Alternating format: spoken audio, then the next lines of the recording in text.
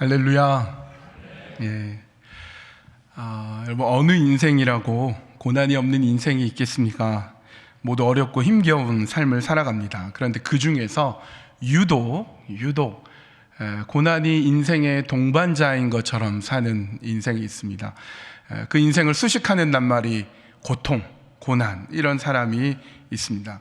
성경에 그런 인물들이 종종 나타나곤 하는데요, 구약의 욥이라든지 요셉 같은 인물이 큰 고난을 당했습니다. 신약 성경에서는 단연 바울이 그 대표적인 사람이라 할 수 있습니다.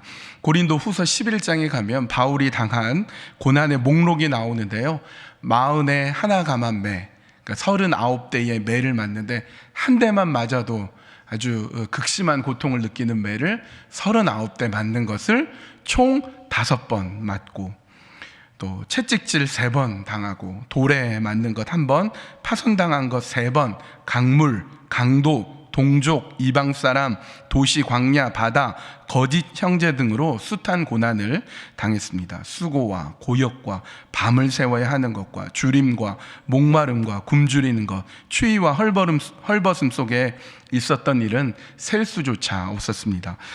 바울은 오늘 본문 8절에서 이렇게 얘기합니다. 8절 말씀 보세요. 8절, 형제 자매 여러분, 우리가 아시아에서 당한 환난을 여러분이 알기를 바랍니다. 우리는 힘에 겹게 너무 짓눌려서 마침내 살 희망마저 잃을 지경에 이르렀습니다. 바울이 아시아에서 당한 고난이 얼마나 힘든 고난이었냐면요, 힘에 겹게 너무 짓눌려서 살 희망마저도 잃었다라고 말하고 있습니다. 여러분, 사도 바울은 보통 이렇게 자기 어려움을 이렇게 막 강조해서 과장해서 얘기하지 않습니다. 근데 이 정도 얘기할 정도라면 얼마나 힘들었을지 우리가 짐작이 가능합니다. 도대체 아시아에서 어떤 일을 당했는가, 우리 알 수 없죠. 성경에서 얘기하고 있지 않으니까. 다만 아마도 소아시아 지역에서 교회를 개척하거나 혹은 교회를 돌보거나 혹은 복음을 전할 때에 아까 얘기했던 채찍질, 돌 맞는 것, 또 매 맞는 것 등등 여러 가지 어려움, 고통스러운 것들이 있지 않았을까, 이렇게 짐작해 보게 됩니다. 얼마나 힘겨웠던지 살 희망마저 잃을 지경이었다고 하니 그 바울의 고통이 심각했다는 것을 우리가 알 수 있습니다. 여러분은 어떻습니까? 여러분은 너무 짓눌리는 그런 어려움이 있지는 않습니까? 여러분도 너무나 고통스러워서 살 희망마저 잊어버릴 이럴 지경에 이른 적이 있지 않습니까? 현재 여러분의 얼굴을 보니 근심과 고민과 또 우울함에 지쳐 있어 보입니다. 물론 저도 포함해서요. 우리에게 다가온 어려운 일은 단연 중국 우한발 코로나19 바이러스로 인한 것입니다. 세계보건기구인 WHO가 팬데믹을 선언했습니다.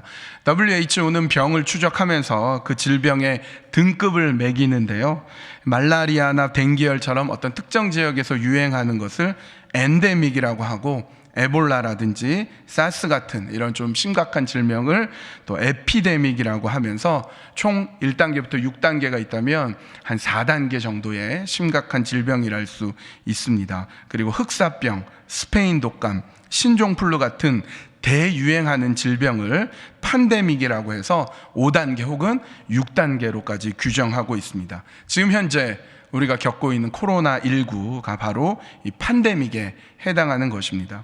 현재 전 세계에서 5,420명이 죽었고, 제가 이게 준비하면서 계속 연습하다 보니까 이게 계속 바뀌더라고요. 지금 5,420명이라고 했는데 설교가 끝날 때쯤에는 더 늘겠죠.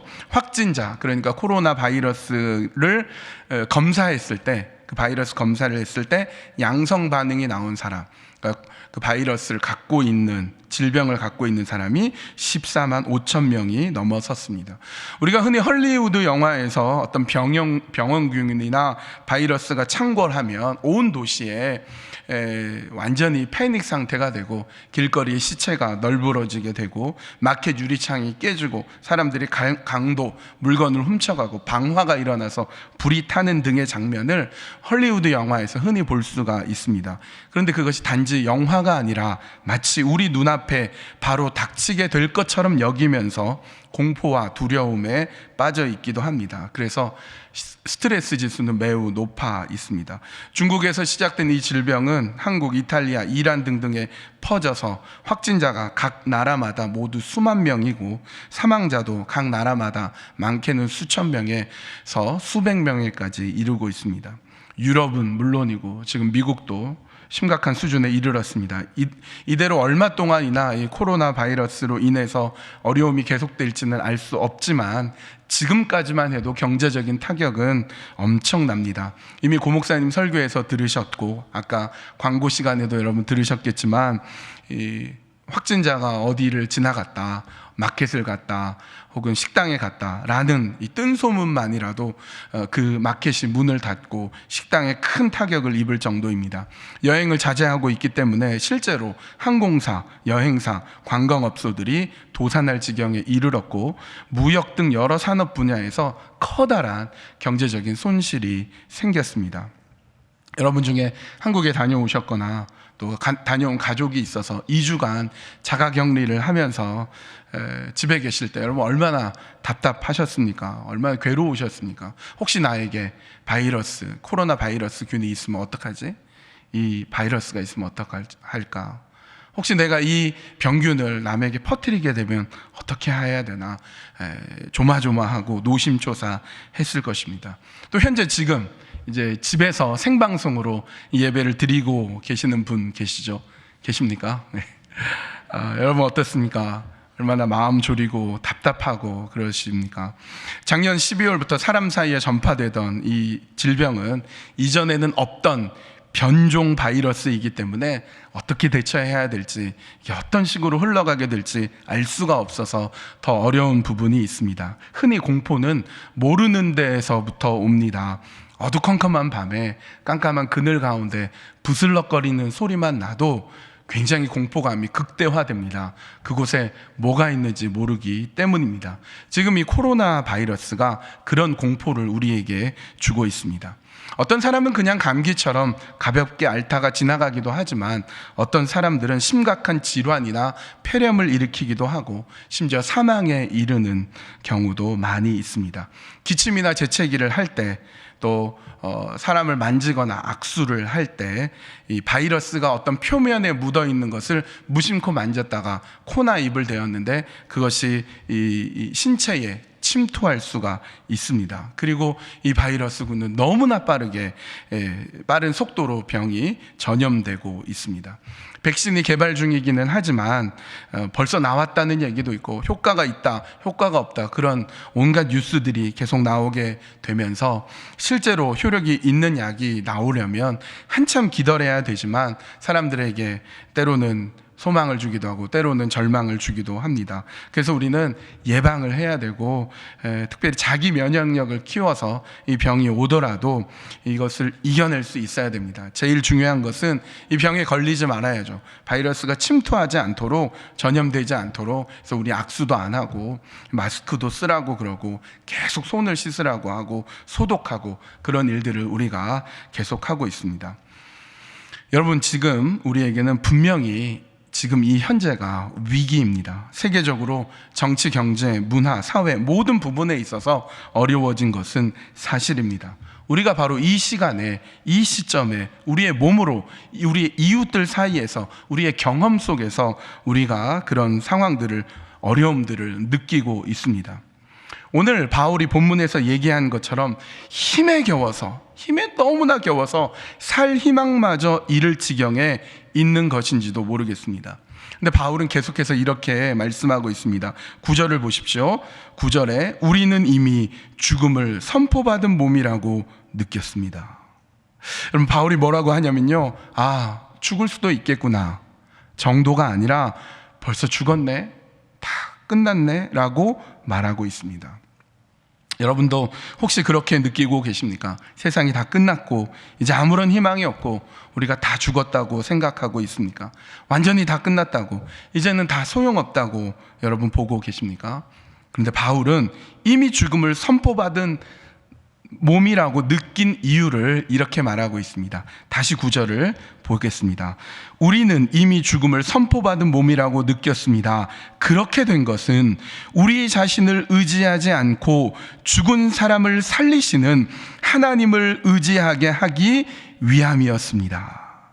여러분, 우리가 죽음의 위기를 느끼고 고난과 아픔을 겪는 이유를 바울은 이렇게 말씀하고 있습니다. 하나님을 의지하게 하기 위함이다. 여러분, 만약 우리가 고생하는 것, 살 희망을 잃고 심지어 죽었다고 느껴지는 이런 어려움으로 우리의 인생이 끝난다면 얼마나 절망적이겠습니까? 재난 영화에서처럼 온 도시가 완전히 쑥대밭이 되고 도시의 모든 사람이 다 죽는 것으로 우리의 인생이 끝난다면 얼마나 비참하고 허무합니까? 그렇다면 우리가 다 끝났습니까?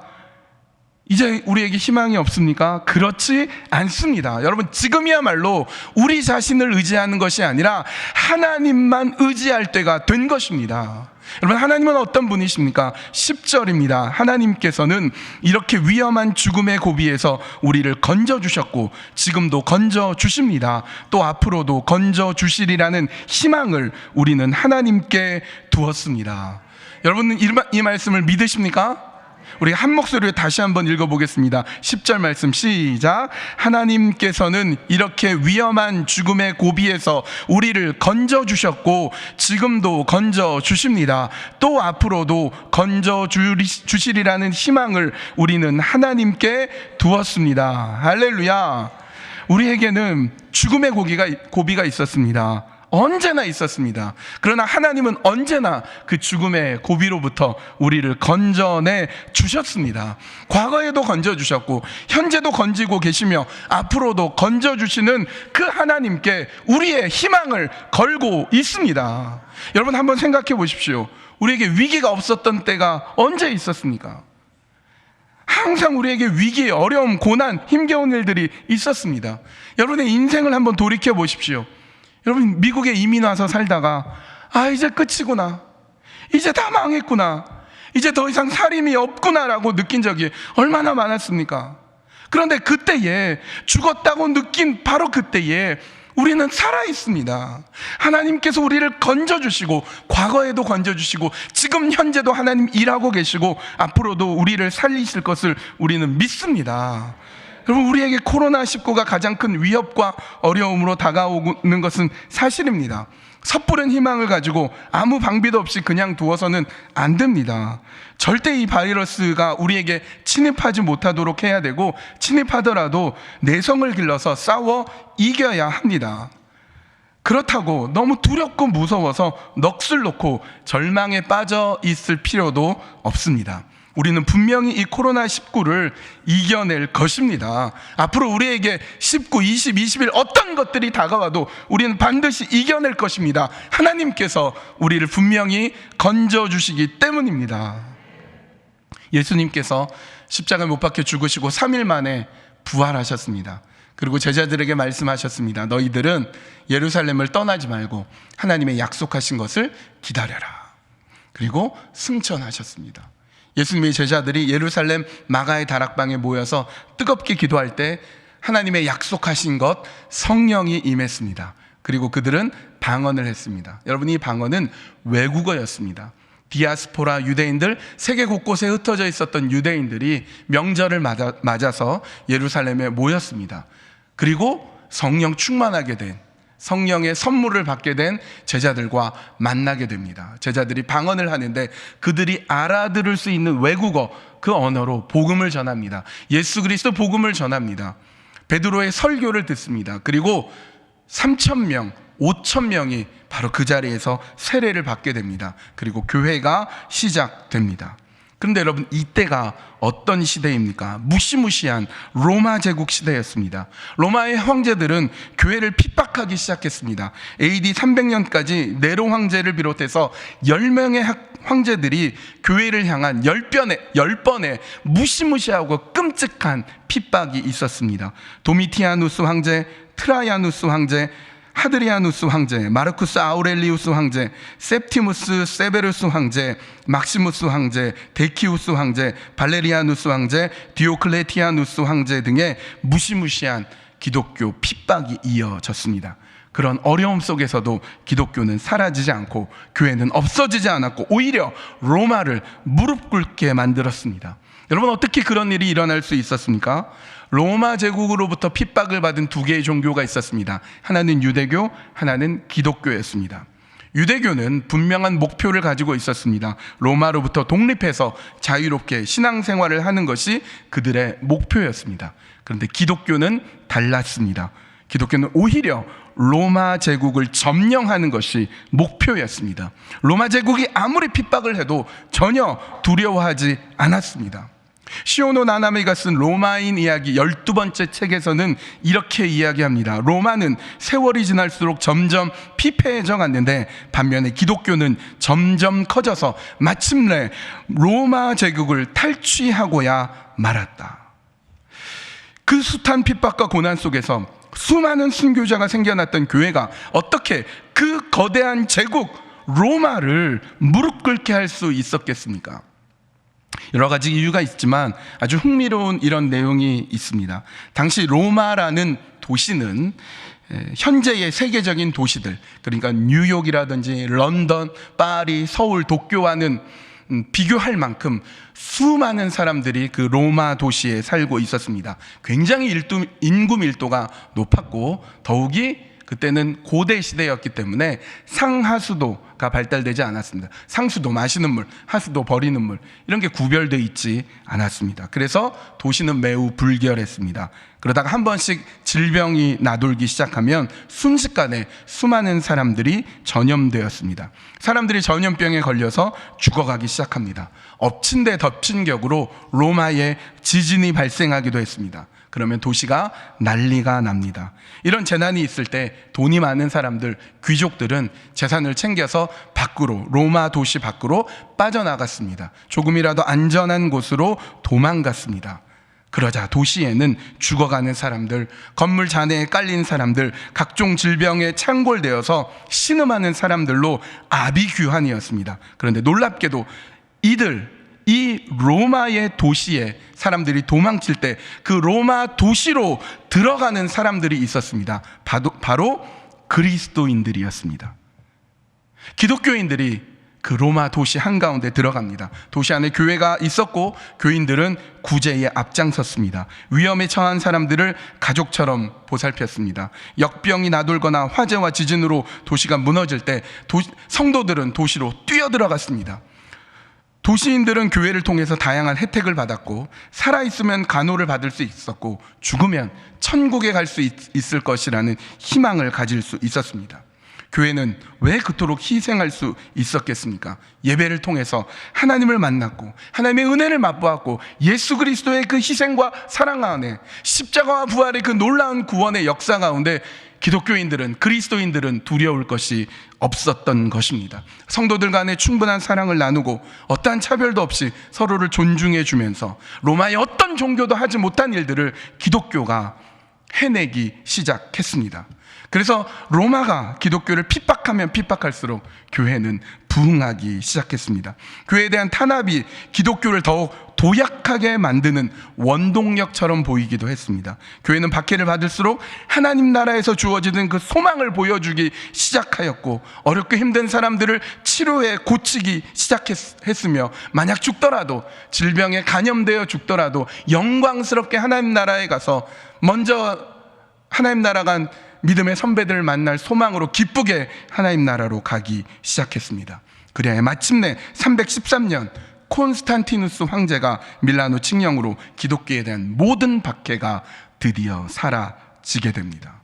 여러분, 우리 인생에는 비참한 일들이 일어납니다. 그럴 때 도대체 왜 이런 일이 벌어졌는지 그 대답을 알기가 어렵습니다.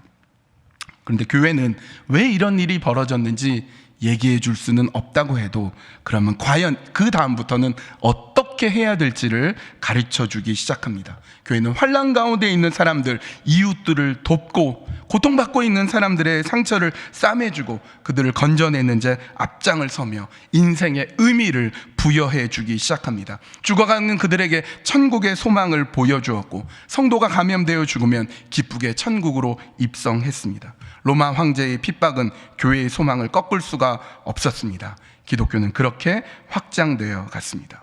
우리는 어려운 시대, 고통스럽고 힘든 시대를 살고 있습니다. 그럴 때 우리가 해야 될 일이 있습니다. 오늘 본문을 통해서 현재 우리가 해야 될 두 가지 일을 잠깐 살펴보겠습니다. 첫 번째는 기도하는 것입니다. 본문 11절 말씀 같이 함께 읽어봅니다. 시작. 여러분도 기도로 우리에게 협력하여 주십시오. 많은 사람의 기도로 우리가 받게 된 은총을 두고 많은 사람이 우리 때문에 하나님께 감사를 드리게 될 것입니다. 바울은 우리에게 이렇게 말합니다. 기도로 협력해 주십시오. 많은 사람이 기도했더니 하나님의 은총을 받았고 그것으로 다시 하나님께 감사를 올리게 되었다고 말합니다. 여러분, 기도는요, 아무도 막을 수 없습니다. 어떤 재난도, 어떤 어려움도 기도를 막을 수 없습니다. 때로는 우리를 모이게 못할 수도 있죠. 어려움 때문에 예배를 못 드릴 수도 있습니다. 그러나 기도를 막을 수는 없습니다. 바울과 실라가 감옥에 갇혔을 때 손과 발이 부자유스럽게 착고에 묶였습니다. 제대로 움직이는 것도 불편했습니다. 그런데 기도했습니다. 기도는 막을 수 없었습니다. 감옥에 갇혔다는 것은 자유를 뺏긴 것인데 기도하는 자유는 뺏지 못했습니다. 유일하게 할 수 있는 건 기도였습니다. 우리가 할 수 있는 것 얼마든지 우리는 기도할 수 있습니다. 여러분, 함께 기도합시다. 기도를 통하여서 하나님의 역사를 바라봤으면 좋겠습니다. 특별히 우리가 감사 기도를 드렸으면 좋겠습니다. 그동안 우리가 누렸던 일상, 교회에 나와서 성경 공부하고 양육하고 여러 가지 모임들 하고 아이들 깔깔대며 뛰어놀고 같이 밥 먹고 평소에 아무렇지도 않게 생각했던 이 일상이 얼마나 감사했던 것인지 우리 돌아봤으면 좋겠습니다. 예배드리고 교회 나오는 것. 여러분, 분명히 말씀드리겠는데 이 코로나19는 반드시 사라지게 될 것입니다. 언제 있었냐는 듯이 반드시 없어질 날이 올 것입니다. 그때 다시 일상으로 돌아와서 그냥 평소에 드리던 것처럼 예배하는 것이 아니라 이 예배가 얼마나 귀한 것인지, 이 모임이 얼마나 좋았던 것인지 뜨겁게 모이고 열심히 찬양하고 하나님의 긍휼과 사랑 가운데 설 수 있도록 우리가 기도하며 감사로 하나님의 앞에 나아가기를 원합니다. 우리 목사님 말씀드렸던 것처럼 특별히 우리는 회개하며 기도해야 됩니다. 이 시간을 통하여서 우리가 남을 원망할 것이 아니라 하나님, 내 자신이 하나님 앞에 바르게 서지 못했던 것 용서해 주시고 하나님께서 우리를 다시 새롭게 하여 주시며 우리 교회를 다시 새롭게 하여 주시며 이 민족을 새롭게 해주시고 이 나라를, 온 세계를 새롭게 하실 그 주님을 바라보며 하나님 앞에 겸손하게 우리가 하나님보다 더 귀하게 여겼던 것들을 우리가 회개하며 나아가는 그런 기도로 나아가는 이 시기가 되기를 간절히 바랍니다. 두 번째, 우리가 해야 되는 것은 위로하는 것입니다. 3절부터 7절까지 위로라는 말이 10번이나 나옵니다. 하나님은 위로의 하나님이고 우리는 위로해야 되고 서로 위로해야 된다. 이런 말씀이 계속 나오고 있습니다. 지금 이 어려운 시대에, 지금 어려운 이때에 우리가 해야 될 것은 위로하는 것입니다. 서로 위로해 주는 것입니다. 위로의 반대가 무엇이냐? 비난하는 거죠.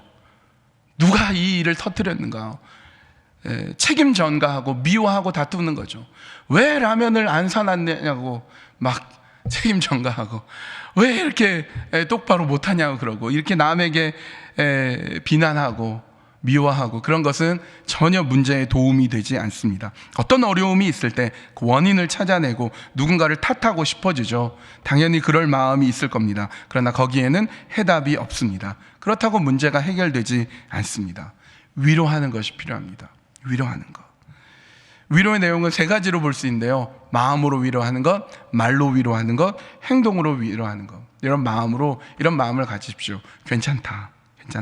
이 또한 지나갈 것이다. 이게 끝이 아니다. 나는 잘할 수 있다. 여러분 마음으로 여러분 자신을 위로하십시오. 지나갈 거야. 너는 이겨낼 수 있을 거야. 위로하십시오. 또 말로 다른 사람에게 격려하고 칭찬하고 세워주는 말을 할 수 있습니다. 이사야 50장 4절은 이렇게 말씀합니다. 주 하나님께서 나를 학자처럼 말할 수 있게 하셔서 지친 사람을 말로 격려할 수 있게 하신다. 다른 사람들에게 이겨내십시오. 이겨낼 수 있습니다. 당신 할 수 있습니다. 이렇게 말로 격려할 수 있죠. 우리가 악수도 하고 포옹도 하면 좋겠지만 그럴 때가 아니니까 옆에 뒤에 있는 사람 보면서 뭐 이렇게 주먹을 쥐든지 아니면 이렇게 엄지를 세우든지 당신 할 수 있습니다. 이겨낼 수 있습니다. 한번 인사해 보십시오. 자, 시작. 이겨낼 수 있습니다. 예, 할 수 있습니다. 견딜 수 있습니다. 그리고 행동은 뭘까요? 특별히 이 시국에 우리가 해야 될 일은 여러분 잘 드시고 잘 쉬고 운동도 하고 여러분 몸도 잘 이제 이완도 하고 스트레칭도 하고 그렇게 하셔야 됩니다. 여러분 상황 때문에 어려운 환경 때문에 이 스트리밍으로 라이브 실황으로 예배를 드려야 되실 때가 있을 겁니다. 그러면 대충 잠옷 걸쳐 입고 과자 먹으면서 이렇게 틀어놓고 예배 드리지 마시고 똑같이 주일 예배, 금요 예배 지금 방송 보시는 분들 옷 점검을 다시 하시고 똑같이 성경책 들고 그렇죠? 성경책 들고 넥타이 메고 예배 드리십시오. 찬양할 때 찬양하고 일어나라고 할 때 일어나고. 여러분 예배가 금지된 거 아닙니다. 설교 금지된 거 아니에요. 헌금하는 시간에 도네이션 헌금하고 누르고 헌금하고 함께 기도하고 함께 뜨겁게 예배 드리는 거죠. 몸 관리도 잘하고 여러 가지 상황 속에서 디렉션 잘 따라가면 어느새 이 위기가 지나와서 또다시 함께 모여서 기쁘게 즐겁게 찬양하고 예배할 날이 속히 올 줄로 믿습니다. 우리 서로 위로하는 거 필요한데요. 특별히 오늘은 새가족 헌신 예배니까 새가족들에 대해서 좀 위로했으면 좋겠습니다. 제가 작년 12월부터 새가족부를 맡았습니다. 새가족부는 34분 정도가 섬기고 있습니다. 제가 맡았을 때부터 12월부터 지금까지 매주 새가족이 등록을 했습니다. 지난 주일까지 제가 세보니까 총 24분이 등록을 하셨습니다. 그래서 2020년 1기부터 6주간에 걸쳐서 그 새가족 교육을 했고요. 한 주 쉬고 지난주부터 2기가 이렇게 시작이 됐습니다. 그 전에 제가 새가족부를 담당하지 않았을 때는 크게 느끼지 못했습니다. 근데 새가족부를 담당하니까 한 사람 한 사람이 소중하더라고요. 한 명 한 명 오시는 분들이 쉽게 보이지 않았습니다. 교회 오시는 분들을 물어봤습니다. 어떻게 오시게 됐느냐? 교회를 옮기는 경우가 있습니다. 전에 다니던 교회에 어려움이 있어서 좀 좋은 교회 없나, 좀 믿고 맡길 수 있는 교회 없나 오시는 경우가 있고요. 정말로 처음으로 교회라는 데를 오는 분도 계십니다. 또 타주 등에서 신앙생활 하시다가 이사 와서 주변 교회 중에 어떤 교회가 좋을까 이렇게 보다가 우리 교회 오시는 분도 있고, 전도에서 오는 경우도 있습니다. 우리 교회 와라 해가지고 전도에서 오거나, 혹은 우리 교회뿐도 아닌데 교회 어디가 좋으니 그 선한목자교회 가봐, 거기 좋아, 그렇게 해서 오시는 경우도 있습니다. 새가족들이 하는 말이 우리 교회 소문 들었다는 거예요. 우리 교회 소문 듣고 꼭 와보고 싶었다는 겁니다. 우리 교회가 어려움 속에서도, 교단 변경의 어려움 속에서도 바른 하나님의 말씀 속에서 굳건히 서 있는 교회이기 때문에 내가 왔다 말이죠. 힘겨운 것들, 상황 속에 어려운 시기에 이겨낸 그리스도인들이 모여 있으니까 나 왔다 말이죠. 그렇게 왔다고 얘기합니다. 어떤 교회가 좋은 교회일까? 어떤 교회 가면 내가 신앙생활을 할 수 있을까? 선한목자 교회에 있더라. 계속 왔다는 겁니다. 그래서 한 분 한 분 보면 와, 저분이 살려고 왔구나. 새가족들이, 또 새가족 부로 섬기고 있는 바나바 분들이 그 새가족들 그렇게 맞이하고 있습니다. 이분들 살려고 왔구나. 영원히 살려고 왔고 문제가 해결하려고 왔구나. 새가족들 대할 때 어떻게 대해야 하는가? 살려고 왔구나. 하나님 없이 살 수 없는 그 존재, 하나님 만나러 왔구나. 그 한 명 한 명 소중히 여기면서 오는 섬기는 그런 새가족 바나바 분들이, 방송 보시는 분도 계시죠? 또 여기 계신 분들이 있습니다. 한번 손 들어주시고 박수로 우리 축복하겠습니다. 격려해 주시고, 새가족부 뿐이겠습니까? 여러 부서에서 우리 교회 곳곳에서 섬기고 애쓰고 수고하는 우리 담임 목사님부터 시작해서 당회 장로님들 여러분들이 애쓰고 수고하며 자신의 역할을 감당하고 있습니다. 그럴 때 계속 위로해 주는 거죠. 너무 귀합니다. 너무 자랑스럽습니다. 격려하고 세워주고, 그럴 때 어떤 어려움이 다가오더라도 그 어려움을 뛰어넘는 하나님의 영광이, 하나님의 인도하심이, 건전해 주심이 우리 교회를 통해서 온전히 드러나게 될 줄로 믿습니다. 기도하시겠습니다. 하나님, 우리의 인생에 어려움이 있습니다. 우리는 코로나19 바이러스라는 전혀 경험하지 못했던 어렵고 힘든 상황을 맞이하고 있습니다. 하나님, 우리를 불쌍히 여겨주십시오. 이 어려운 시기를 이겨낼 힘을 주십시오. 하나님께서 이 고난과 힘겨운 상황을 이기게 하실 줄 믿습니다. 지금이야말로 사람을 의지할 때가 아니라 하나님을 의지할 때임을 믿습니다. 지금이야말로 우리의 믿음을 보일 때임을 믿습니다. 우리가 이 어려운 때에 기도하며 서로 위로하며 이겨내서 그 어느 날 그 이겨낸 자부심과 긍지로 하나님께 영광 올려드리는 우리 모두가 되도록 인도하여 주시옵소서. 모든 것 주님께 맡겨드리오며 예수님의 이름으로 기도합니다. 아멘.